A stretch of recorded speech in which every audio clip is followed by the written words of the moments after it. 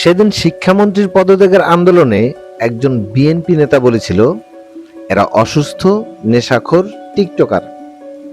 কথাটা খুব সামান্য হলেও মানুষটাকে একটা ধন্যবাদ জানাই চরম সত্য কথাটা বলার জন্য। বাংলাদেশের প্রতি বছর নতুন শিক্ষিত বেকার তৈরি হয়ে কতজন জানেন?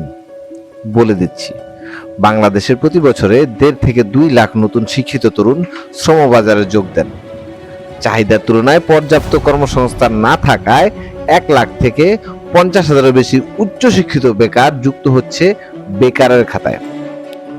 বর্তমানে দেশে মোট বেকারের সংখ্যা 26 লাখ ছাড়িয়েছে, যার প্রায় 1/3 স্নাতক এবং উচ্চশিক্ষিত ডিগ্রিধারী।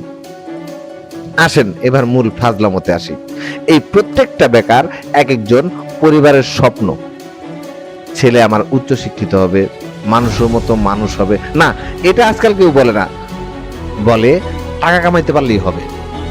একটা ছেলে স্নাতক পাশ করে ন্যূনতম ডাল ভাতের ব্যবস্থা করতে ব্যর্থ। কাকে বলবো?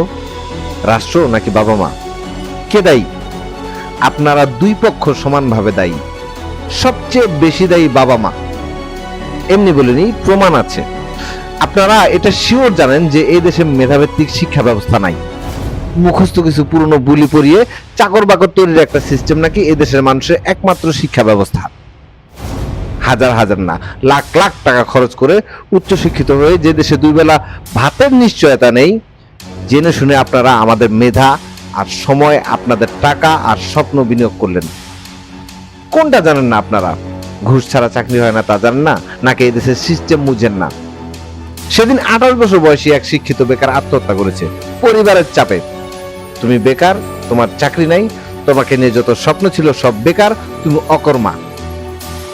সেদিন সেই বাবা তার ছেলের লাশ বুকে জড়িয়ে ধরে আহাজারি করছিলেন। বাবা, একবার বলতি সমস্যা কোথায়, চলে গেলি কেন? হাসি পায় জানেন? আপনারা কত খারাপ বাবা মা জানেন? আসলেই আপনারা খারাপ। সবটা জেনে আপনারা আমাদের সাথে এটা করেন। সবচেয়ে খারাপ করেন কোথায় জানেন? আপনারা না এই সিস্টেমটাকে ঠিক করেছেন, না করতে দেন। আমাদের আসলে ফার্মের মুরগি বানাইতে চান, না নিজেরা কিছু করতে পেরেছেন, না আমাদের কিছু করতে দেন। প্রতিবাদ করার বদলে আমাদের মাথা নত করে চলতে শেখান। চলুক, এভাবে চলুক, সমস্যা নেই। আপনারা ইনভেস্ট করবেন, আমরা আপনাদের জন্য সার্টিফিকেট নিয়ে আসবো। এর বাইরে ভুলের প্রত্যাশা করবেন না, কিচ্ছু না। তবে কি জানেন, আপনাদের এই শিক্ষা ব্যবসার ফাঁদে ফেলে আমাদের সময়গুলো অন্তত ইনভেস্ট না করতেন, নইলে হয়তো আপনাদের 2 বেলা ভাত দেওয়ার যোগ্য করে নিজেকে গড়ে তুলতাম। খুব বেশি বলে ফেললাম কি? তাহলে এক কাজ করেন, আপনি 100 জন বেকারকে এক জায়গায় করেন, মাত্র একটা প্রশ্ন করবেন, ভালো আছে কিনা, ব্যাস। আপনি তাদের কান্না সহ্য করতে পারবেন না। তবে হ্যাঁ, রাষ্ট্র এখানে একটা ধন্যবাদের দাবিদার বটেই। পরিবারের চাপে আমরা কিছু না পেলেও মাদকটা ঠিকঠাক পাই হাতের কাছেই। দারুণ পলিসিতে চলে এই রাষ্ট্র।